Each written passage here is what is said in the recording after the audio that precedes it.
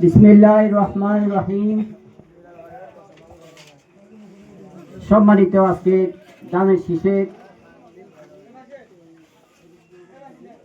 শেষ গণমিছিলের সম্মানিত সভাপতি, উপস্থিত অঙ্গ সংগঠনের নেতৃবৃন্দ এবং সেন্ট মার্টিনের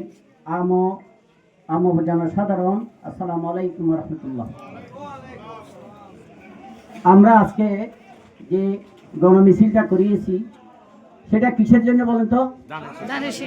আমরা যে পরিবারের যে সদস্যগুলি আজকে মাঠে ময়দানে গেছিলাম, গণমিছিলে উপস্থিত হয়েছিলাম, আমি মনে করি এই মানুষগুলি যদি মুনাফিকি না করে এইখানে শতকরা 95% ভোট দানের শীষে পড়বে বলে আমি মনে করি। আমি অনুরোধ করব, চেহারা লুকাইবেন না, চেহারা সামনে রাখবেন ইনশাআল্লাহ।